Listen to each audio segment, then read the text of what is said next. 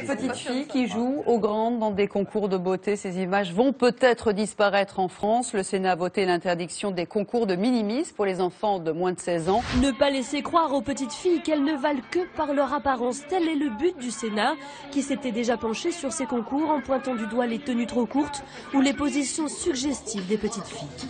Les petites filles jouent à la princesse, c'est un jeu. Donc où est l'hypersexualisation, comme vous le dites, dans ce concours de princesse en fin de compte? Des concours, vous savez, pour les petites filles de moins de 16 ans, pratique très courante aux États-Unis, un peu moins en France, où on ne comprend pas du tout cette décision brutale des sénateurs. C'est fort dommage parce que c'est comme une occupation et pendant que nos jeunes sont là, elles rayonnent. Une sanction de 2 ans d'emprisonnement et 30 000 € d'amende est envisagée pour les organisateurs de ces concours. Chantal Jouanneau, vous étiez ministre de l'écologie, puis ministre des Sports du gouvernement de François Fillon. Aujourd'hui, vous êtes sénatrice UDI de Paris. Et c'est vous qui avez demandé l'interdiction de ces concours de beauté. C'était l'année dernière et c'est votre amendement qui vient d'être voté au Sénat dans le cadre de la loi sur l'égalité entre les hommes et les femmes. J'imagine que là aussi, c'est pour le bien des candidates ?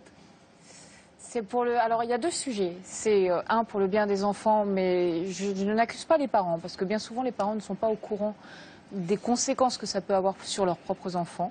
Et deuxièmement, c'est une question de société. Enfin, fondamentalement, ce sont des concours qui sont basés sur l'apparence, d'abord adressés aux petites filles. Il existe des concours pour les petits garçons, mais d'abord adressés aux petites filles, qui se basent uniquement sur la mise en valeur des charmes et de la séduction. Or, vous savez que dans le développement psychologique d'un enfant entre 6 et 12 ans, ce qu'on appelle la période de latence, il faut au contraire mettre entre parenthèses cette volonté de séduction pour que l'enfant consacre son énergie à l'apprentissage des savoirs. Vous voulez dire que pour qu'il travaille bien à l'école, il faut que moins qu'il se regarde dans la glace. Ça s'appelle le complexe d'Oedipe et ça se remet entre parenthèses à une certaine période de la vie. Voilà, pour simplifier. C'est freudien, quoi. Et par conséquent, le principe du concours, c'est pas du talent. C'est pas du talent, c'est de l'apparence. Vous mettez en concurrence des enfants sur leur apparence. S'il y avait du talent derrière tout ça, s'il y avait du chant ou autre chose, c'est un autre. Il faut interdire les booms aussi, alors, dans ces cas-là. Parce que dans les booms... Est-ce qu'il y a du commerce sur le banc, hein. Est-ce qu'il y a du commerce derrière les booms? Ça dure toute la vie. Hein. Ah oui, d'accord. Ah ben il y a les rallyes. Non, c'est pas payant. C'est pas payant, voilà. Non, mais après, c'est un choix de société. On peut ne rien faire, on laisse les développer comme aux États-Unis, c'est un choix de société.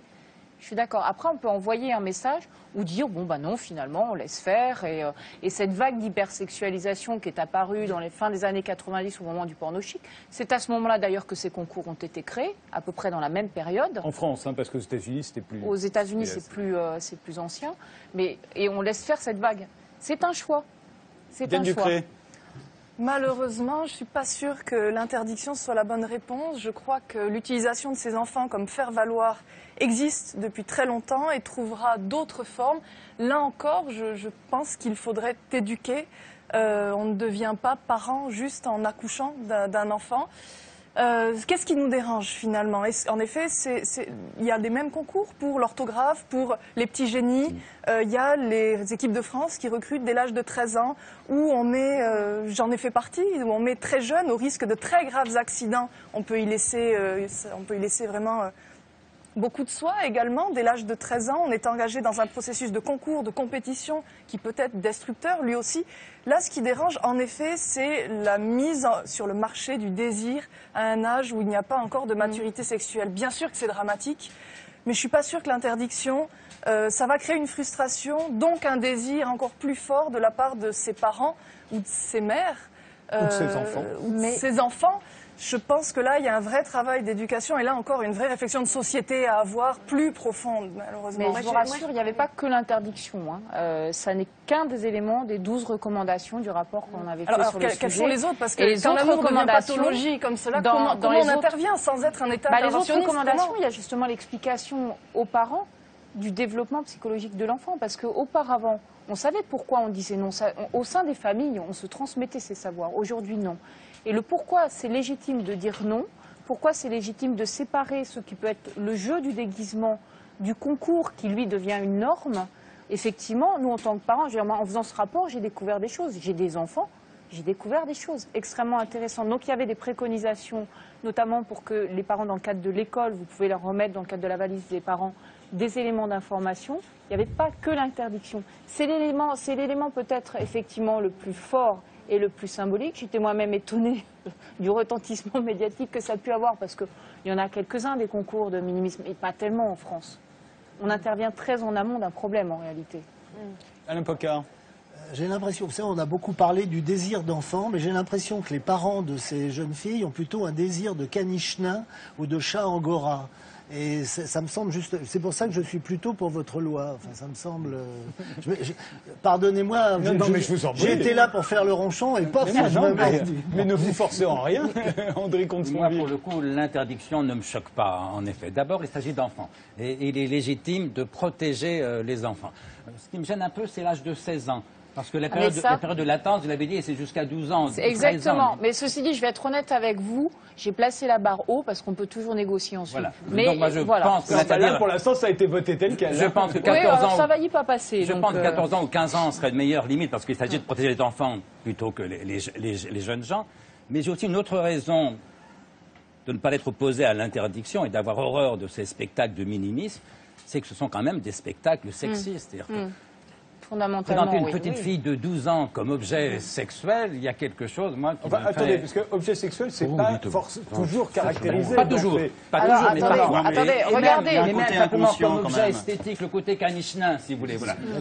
Cet enfermement dans l'apparence, dans la séduction, pour une gamine de 12-13 ans, c'est ça que j'appelle le sexisme. Et parfois, effectivement, avec un côté sexualisé qui est gênant à cet âge-là. Bref, c'est pas un phénomène de société majeur, mais cette loi ne me choque en rien et j'ai même tendance finalement à l'approuver. Il y a un inconscient pédophilique quand même dans toute cette histoire. C'est exactement les mêmes gens qui ensuite vous disent « Ah, Lolita de Nabokov est un roman malsain ». Il y a toujours cet aspect où que les gens vous disent ensuite que la peine de mort pour les pédophiles. Enfin, il y a une espèce de double, je trouve qu'il y a une double, il y a une espèce de double valeur qui est assez dérangeante, je trouve. Le côté à la fois on présente ces enfants comme des objets quand même sexuels, avec cette connotation pédophilique, et un autre côté un discours extrêmement paranoïaque sur la moindre, je dirais, la moindre déviance. C'est cet aspect-là, moi, qui me frappe. Il y a aussi un enjeu autour de l'éducation. Moi, je partage, il faut éduquer avant d'interdire, mais le problème, c'est que ça produit un effet, on le sait, sur les stéréotypes sexistes, c'est qu'il y a un système qui se reproduit sur lui-même. Donc, quand vous faites ce type de concours, les filles aussi s'identifient à ces autres filles qui jouent à ça, et je trouve que le service public s'honorerait à ne pas présenter, y compris pour les adultes, ce type de concours, parce que ça forge aussi les consciences. Donc, il faut à un moment donné casser ce cercle qui est infernal pour les femmes, qui font qu'elles s'identifient à celles qui séduisent. Alors à ce moment-là, interdisez les défilés de mode, et d'ailleurs, et pourquoi pas interdire les mannequins de moins de 16 ans. Les mannequins de moins de 16 ans, c'est théoriquement déjà le cas. Et j'avais déposé un deuxième amendement pour que des enfants de moins de 16 ans ne soient pas égérie de marque, qui n'est pas passé. Ceci dit, les défilés de mode, on a eu l'occasion de signer une tribune ensemble, parce qu'il y a eu un très beau défilé de mode, entre guillemets, de Louis Vuitton, qui mettait en scène des femmes qui étaient des prostituées dans ce défilé. C'était une forme d'idéalisation de la prostitution particulièrement choquante. Le problème de la mode, c'est que souvent, au nom du luxe et de la transgression, effectivement, on est allé très très loin. Et alors, vous retrouvez ces codes issus de la pornographie pour beaucoup. Vous les retrouvez dans des émissions de télé-réalité, dans des clips vidéo, dans des dessins animés, dans des poupées. Et c'est ce qu'on a vu quand on a fait ce rapport, c'est que ces codes aujourd'hui, qui étaient totalement inexistants dans les années 70 et 80, qui sont arrivés vraiment à la fin des années 90, vous les retrouvez dans tous les modèles d'éducation des enfants. Oui, mais à l'époque où vous ne retrouviez pas encore ces codes pornographiques, vous aviez en revanche dans toutes les chambres des petites filles en France, et des petits garçons souvent, mais enfin surtout des petites filles, des posters où on voyait des jolies petites filles toutes nues, habillées avec de la dentelle. C'était l'époque où les photos de David Hamilton étaient extrêmement à la mode. Alors, il n'y avait pas une chambre d'enfants. Je suis sûr qu'il y en avait dans votre chambre, parce qu'il y en avait dans toutes les chambres à ce moment-là. Non. Et je veux dire pas qu'on change. Voilà, on a des phobies différentes selon les époques. Il n'y a pas une escalade. Si, là, il y a une escalade. Non, dans les codes, dans l'utilisation des codes, oui. Ah, vraiment. Et c'est nous, adultes, on ne s'en rend pas compte. Nous, on a été élevés aussi dans la vogue des années 70, ou très asexués, au contraire.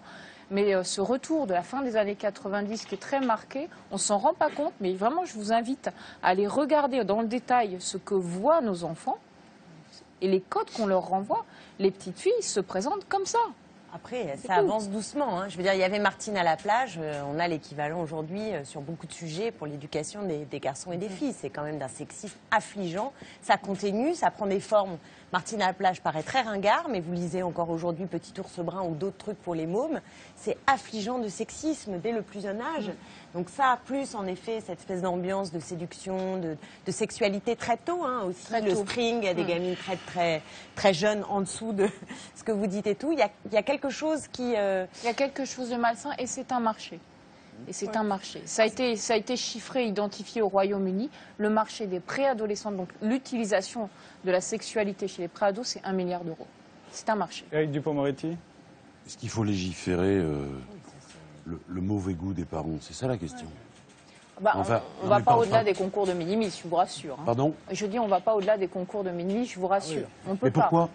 Parce qu'à partir du moment où... justement, il faudrait aller au-delà où c'est compliqué. Oui, moi, je suis d'accord. Le législateur ne peut pas. On vous entend, ces gamines qui sont présentées comme des petites bimbos de cet âge, bon, c'est insupportable. Alors, il y a quand même, dans nos esprits et dans la fantasmagorie collective, un vieux fond de pédophilie, là. On ne raisonne plus sans ça aujourd'hui. Hein. Moi, je suis navré de vous dire que quand je vois ça, ça ne m'inspire rien en termes de désir. Hein. Et je pense que heureusement, non mais attendez, heureusement la plupart de ceux. Non mais attendez, c'est le fond de notre pensée. Les pédophiles sont les nouveaux monstres. Ils sont partout. On a peur de ça. On a tellement peur de plein de choses. Monstres, voilà. en fait, hein. On est dans un hygiénisme total. Bon, d'accord. Les parents qui amènent leurs gosses dans ces trucs sont des gens d'un mauvais goût patenté. Bon. Est-ce que pour autant l'État doit légiférer? C'est ça la question. Et pourquoi vous arrêtez là? Pardonnez-moi. Nos adolescents qui se tapent sur les chaînes privées les enfermements de gamins autour d'une piscine, avec 3 mots de vocabulaire, avec à la sortie un concours qui consiste non pas à retenir mais à éliminer. Le pic d'audience, c'est quand il y en a un qui s'effondre psychologiquement. Ça, vous interdisez pas? Pourquoi l'État n'intervient pas? Ça relève du CSA. Ah, oui. Ça relève du CSA. Voilà. D'accord. Donc, il y a déjà un encadrement légal. Ça relève du CSA. Mais vous posez la vraie question pour nous, législateurs. Le législateur n'est pas un moralisateur. Il ne doit pas être un moralisateur.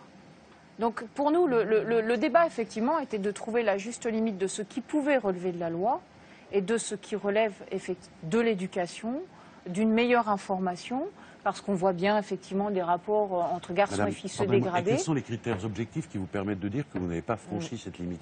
Parce que l'œil ne se regarde pas voir, excusez-moi. Vous le faites pour le bien public. D'accord. On a tous compris, on est d'accord avec vous. Je pense que personne n'a envie, enfin parmi nous, je l'espère, d'aller voir ces trucs, machin, ou de faire ça à nos gosses. Ce qui nous permet de le savoir, c'est que d'ores et déjà, il y a des contentieux sur le sujet. Il y a des élus qui se retournent vers nous en nous disant sur quel fondement légal est-ce qu'on peut intervenir ou pas intervenir. Est-ce que ça relève de l'ordre public ou pas de l'ordre public. Donc il y avait un fondement légal à fournir. Il fallait une loi pour ça. Il fallait une loi pour ça. Ça retombait sur les tribunaux. Les tribunaux eux-mêmes souhaitaient qu'il y ait effectivement un cadre. Par contre, on ne va pas légiférer sur la taille des jupettes dans la rue. Mais excusez-moi, mais il n'y a pas de différence de nature. Il n'y a pas de différence de nature entre, puisque pour reprendre l'exemple d'Éric Dupond-Moretti, il n'y a pas de différence de nature entre un concours avec des moins de 16 ans qui défilent pour savoir qui sera la plus belle et un concours avec des plus de 16 ans qui s'éliminent pour savoir lequel restera le dernier dans la maison avec la piscine. Les plus de 16 ans, elles ont leur autonomie de choix. Il y a une différence de nature, c'est la différence d'âge. C'est-à-dire que protéger les enfants, c'est évidemment un impératif démocratique, républicain. Et donc, on ne peut pas interdire à des adolescents de regarder des émissions débiles, justement parce que ce ne sont plus des enfants. Et c'est la question de la majorité, au mineur de 15 ans, comme on dit, je crois, en termes de droit. Ça n'est pas la même chose de protéger une petite fille ou un petit garçon de 12-13 ans et de contrôler un adolescent de 17-18 ans. Cette différence-là, elle est parfaitement objective et il est normal qu'on en tienne compte.